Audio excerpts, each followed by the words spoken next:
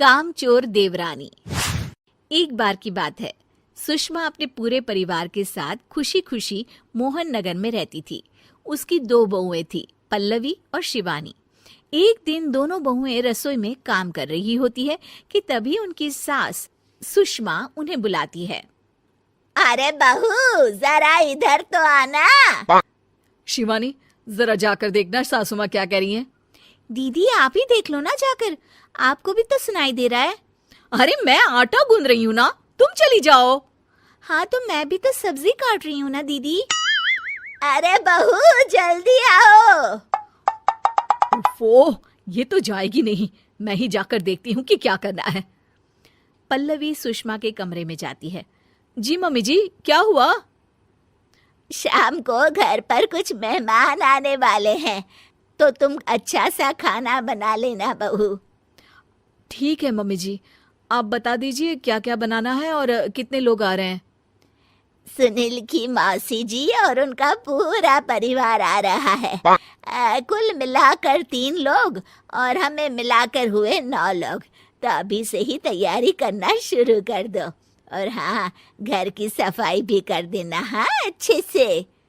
जी mummy जी, सब काम हो जाएगा, आप चिंता मत कीजिए। पल्लवी शिवानी को घर में मेहमान आने वाले हैं इसके बारे में बताती है।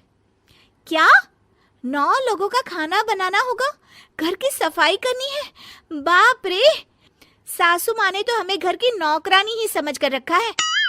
ऐसा नहीं बोलते शिवानी, हम इस घर की बहू हैं और घर के काम करना हमारा फर्ज है। दीदी तो है ही सासू माँ की चमची, जब देखो सासू माँ सासू माँ। मैं तो इतना सारा काम नहीं करने वाली। शिवानी कपड़े लेकर गमला साफ कर रही होती है और चक्कर आने का नाटक करने लगती है। मेरा सर चकरा रहा है। तभी वहां पल्लवी और सासू माँ जाते हैं। अरे बहू, क्या हो गया तुम्हें? मम्मी जी, बहुत तेज सर में दर्द हो रहा है।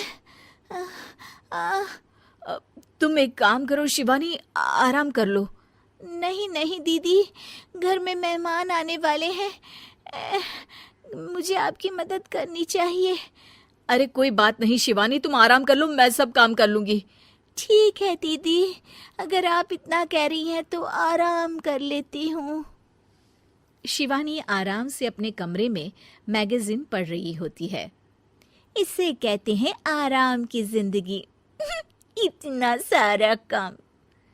चलो सारा काम खत्म हो गया, शिवानी को देख आती हूँ। शिवानी अपने कमरे में ईयरफोन में गाने सुनते सुनते सो जाती है और उसके साइड में मैगजीन भी रखी होती है। पल्लवी वहां आ जाती है और वो सब देखती है। ओहो, तो मतलब सब काम चोरी का बहाना था। अभी बताती हूँ इसको। घर का सारा काम मुझे करना पड़ा और ये महारानी यहाँ मैगजीन पढ़ रही है, गाने सुन रही है। पल्लवी रसोई से एक प्लेट और चम्मच लेकर आती है और शिवानी को थाली बजाकर उठाने लगती है। शिवानी अचानक से उठती है। उठ गई महारानी, गाने भी सुन लिए, मैगजीन भी पढ़ ली। तुम तो बहुत बड़ी झूठी निकली शिवानी। तुमने सर दर्द का बहाना बनाया ताकि काम करने से बच सको। हाँ बनाया बहाना, तो क्या करती, इतने सारे काम करती। मुझे कोई शौक नहीं है चापलूसी का। क्या चापलूसी? तुम्हें लगता है कि मैं सारे काम चापलूसी के लिए कर रही हूँ? और नहीं तो क्या। तभी वहां सासू माँ आ जाती हैं। अरे बहू, वो लोग बस आने ही वाले हैं, तुम तैयारियां कर लो। जी सासू माँ, तुझे तो मैं बाद में देखती हूँ। सब खाना खाने बैठते हैं और खाना शुरू करते हैं। तभी सुनील की मौसी बोलती है। वाह भाई वाह, खाना तो बहुत ही अच्छा बना है सुषमा जी, एक एक चीज में क्या स्वाद है। ये सुनकर शिवानी मुंह बना लेती है। उसे अपनी जेठानी की इतनी तारीफ रास नहीं आती। आपकी बहुएं तो बहुत ही अच्छा खाना बनाती हैं। हाँ, बनाती तो दोनों ही अच्छा है, पर आज ना ये सारा खाना बड़ी बहू ने बनाया है। छोटी बहू की तबीयत ठीक नहीं थी, सो इसलिए। मानना पड़ेगा सुषमा जी, आपकी बड़ी बहू तो बहुत ही गुणवान है। पल्लवी की तारीफ सुनकर शिवानी को जलन होती है, पल्लवी ये सुनकर खुश हो जाती है और शिवानी की तरफ देखकर उसे चिढ़ाती है। कुछ देर बाद मेहमानों के जाने का वक्त हो जाता है। मौसी जी सबके लिए उपहार लाई होती है। वो सबको शगुन के पैसे देती हैं और अंत में पल्लवी के पास आती है।